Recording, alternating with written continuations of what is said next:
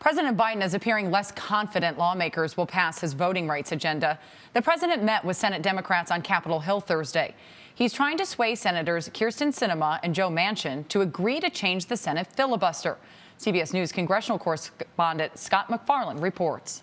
Mr. President, whose mind can still be changed? President Biden tried to use his political capital to swing some U.S. senators today, but was disarmed before he even arrived. I don't know that we can get it done, but I know one thing.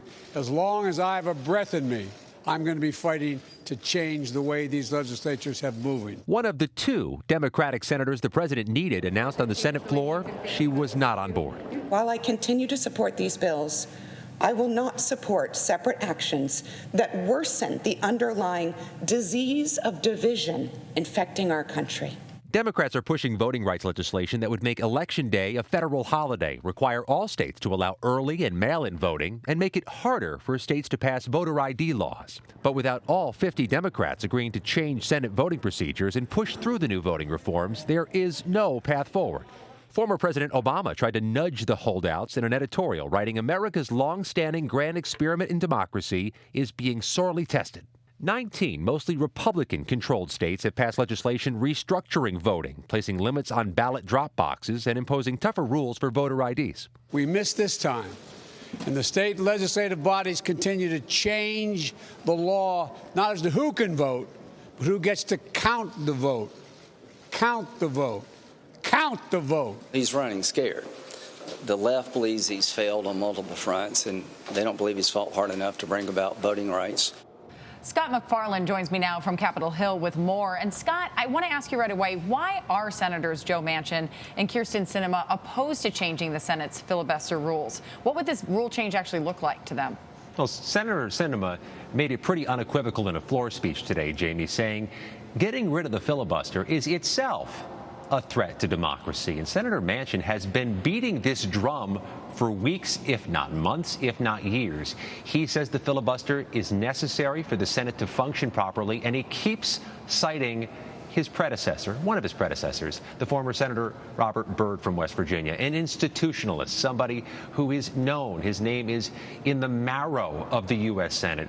So Senator Joe Manchin brings that message home, and he brings that message to Washington, Jamie.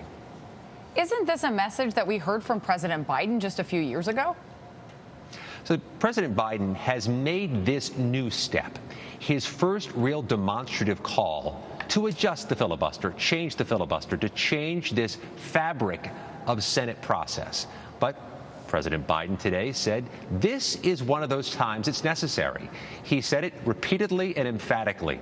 What's happening in states with voting rights is a threat to democracy, a threat to anybody trying to cast a ballot, because it could impact who counts the vote. He said that 3 times. Who counts the vote in these states is important, and he believes these 2 federal proposals, these 2 pieces of legislation would help protect voters and protect who counts the vote.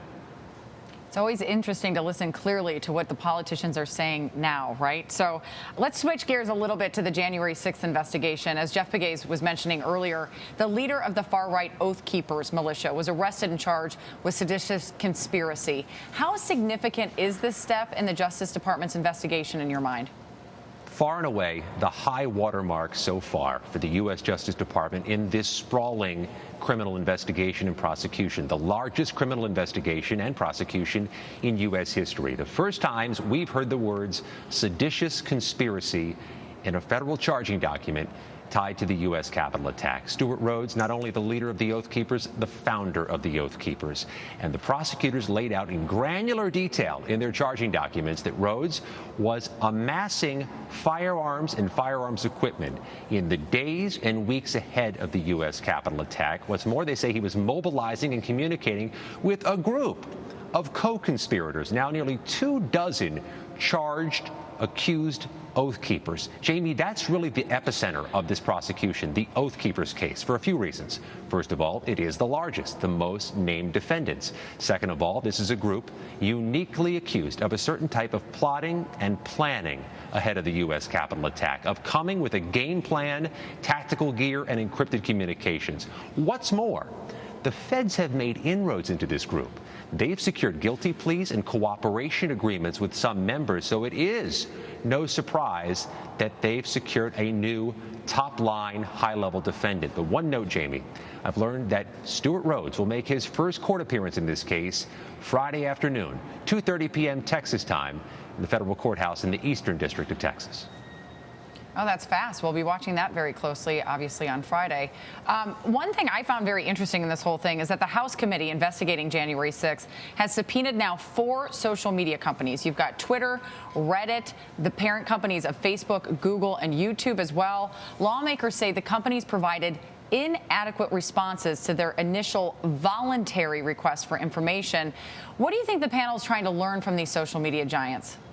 According to the committee, they're issuing these subpoenas to get paperwork they haven't yet been given because they want to know how the platforms were utilized by those who might have been plotting and planning, those who may have been trying to orchestrate violence ahead of January 6th and then went here in this complex on site on January 6th. They've said these major companies, these technology companies and social media giants have turned over some information, but they want more. We'll see where this goes, but to be clear, this committee has got a drumbeat going. Every few days, if not every few hours, they announce new subpoenas, new requests for information, new ideas for their investigation. They have a hard deadline, Jamie. They know they got to get their work done by end of summer. They have potentially the first primetime hearing before the public in February. Things have to move fast. And by the way they're communicating, Jamie, things do seem to be moving fast. Yeah, I mean, it's, as you said, there's just more and more subpoenas and other pieces of information coming out, it seems like, every single day. As a matter of fact, they also issued a voluntary request for information to House Minority Leader Kevin McCarthy this week. But do you think the Republican congressman is now refusing to cooperate? Is a subpoena now on the table here as well? Well, we can be certain that subpoena is not off the table. The committee has used the subpoena to try to leverage, to get some power, to get some people to talk who won't otherwise talk. But it's far from clear how a subpoena would work among their own colleagues. If they were to subpoena their Republican colleagues, it likely would lead to a court battle, a pretty provocative one. What's more, there is that deadline sitting there, the end of summer, if not early fall 2022, to complete their work, and that legal challenge could extend the committee's work right up against that deadline. Yeah, it's going to be fascinating to watch this all play out. Scott, before I let you go, we did also learn today that Capitol Police arrested a Michigan woman earlier this week who they say arrived on the Hill carrying guns, ammunition in her truck. What more do we know about this incident as it keeps unfolding? We know she has been released from custody pending her next hearing. 58 years old, from the Lansing, Michigan area. According to police, she drove in her truck from Michigan to U.S. Capitol Police headquarters just across the street from where I'm standing near the U.S. Senate. And they say she came to officers saying she had information she wanted to share about the U.S. Capitol siege. The police looked around, looked in the truck. They say they saw not only unregistered firearms, not properly carried in the District of Columbia, but ammunition as well. We're waiting to hear from her defense counsel to get some comment from her, but she's released pending her next hearing. Just the latest in what has been 12 months of security incidents and scares in this Capitol after January 6, 2021. Yeah, I know so many people living in the area still on edge even today. Scott MacFarlane, thank you so much.